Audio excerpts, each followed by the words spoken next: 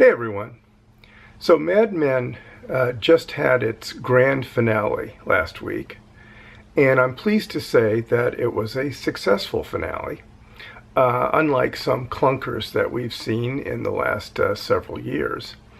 And I think that the Mad Men finale was successful because it had two basic ingredients that a finale has to be a success.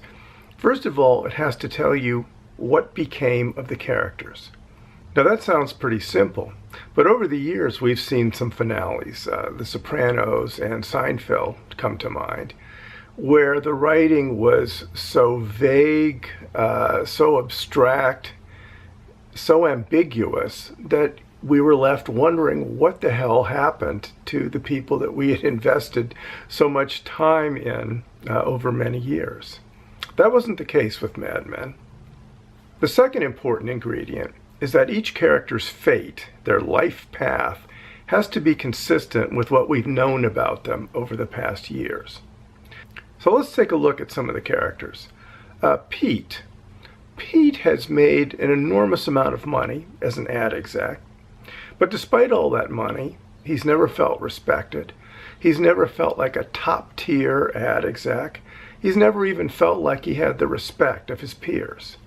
And so series creator Matt Weiner gave him a gift.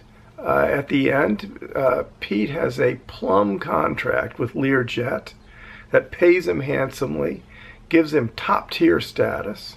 And not only that, but he gets a second chance at a marriage that over the years he's made a hash of. So Pete is very happy at the end of the show. Joan. We've always known Joan to be a great producer, somebody who brings people together, organizes people toward the completion of some project. But Joan has always been undervalued because of the sexism of the era, and because her curvaceous body has always caused the men who she encountered to over-sexualize her and undervalue her talents. Well, at the end, Joan has become a valued producer with her own company. Now, that did cause her to lose the relationship that she was in, but the Joan that we've always known would never put all her eggs in one basket and is way too independent to rely on a man's salary rather than having her own. So kudos to Joan, producer from now on. Peggy, who has struggled professionally for so long, finally feels like a valued player, reasonably valued at McCann, where she is. She's comfortable enough that she turned down Joan's offer to build their own production company together. And it also looks like Peggy is heading towards some romantic fulfillment in her realization that work is not everything.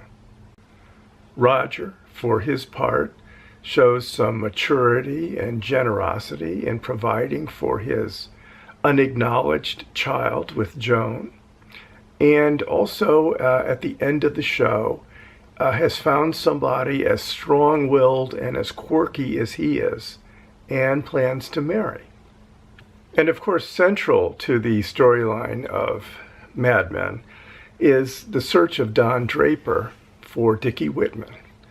And as we see the peaceful look on Don's face, we realize that he seems to have completed that arc and has found Dickie Whitman. Now, I was talking to a friend just yesterday who felt that with the ending using the famous Coke ad, I'd like to teach the world to sing, that there was some hint that Don might return to McCann. But I didn't see that happening. I saw Don at a place of peace and a place of equilibrium in his life. Now, if there was a downbeat note in the finale, it was, of course, the cancer of Betty Draper. I didn't see that coming. But if that was a sad note, it only served to highlight the person who, for me, was pound for pound, scene for scene, the most interesting character on the show. And that was Sally Draper, who always, at every point in her life seemed to carry a wisdom and a certain awareness that went well beyond her years. Whether it was the time she walked in on Don and his mistress and became a kind of scolding parental figure toward Don and Don's childish ways, even while making the decision not to rat Don out to Megan, whether it was her early sexual experimentation, whether it was the trip that she took with Don to visit his childhood home. I always felt that Sally Draper stole every scene that she was in. I'm not always a big fan of kids in adult shows. They're all too often props without any real role. But I thought Sally Draper was a full three-dimensional character.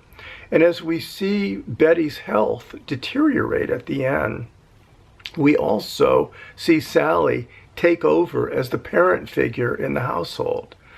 She talks sense into Don about the caretaking of her brothers.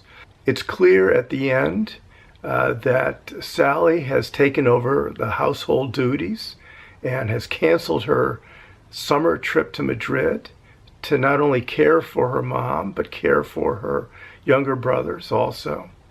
It was quite a jarring scene at the end of the show to see Betty Draper smoking a cigarette even while having lung cancer. But that's the fate that Matt Weiner gave her.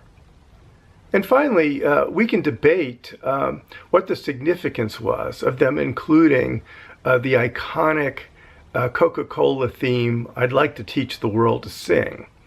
But the way I read it was Matt Weiner and the other writers were telling us they didn't have a categorically cynical, condescending view of the ad industry.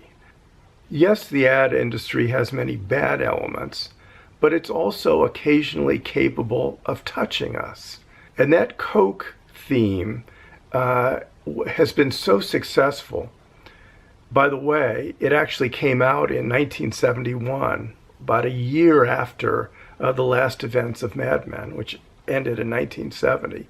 That ad theme has been so successful that it gets recycled in a new form in every generation. So kudos to Mad Men for offering a template of how a finale should be. It was a very successful series. I thought it ended at the right time.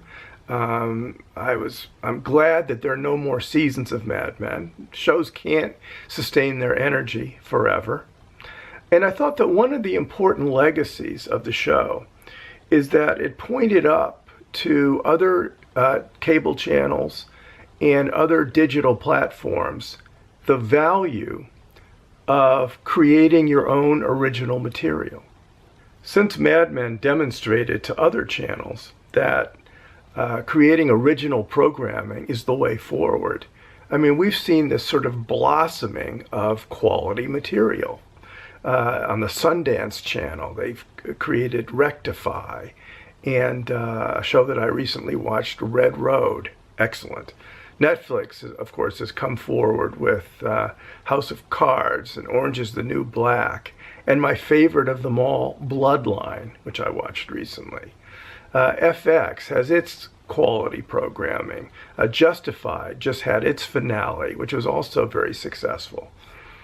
So kudos to Mad Men, and hopefully we won't see any more Sopranos-like or Seinfeld-like clunkers in the future.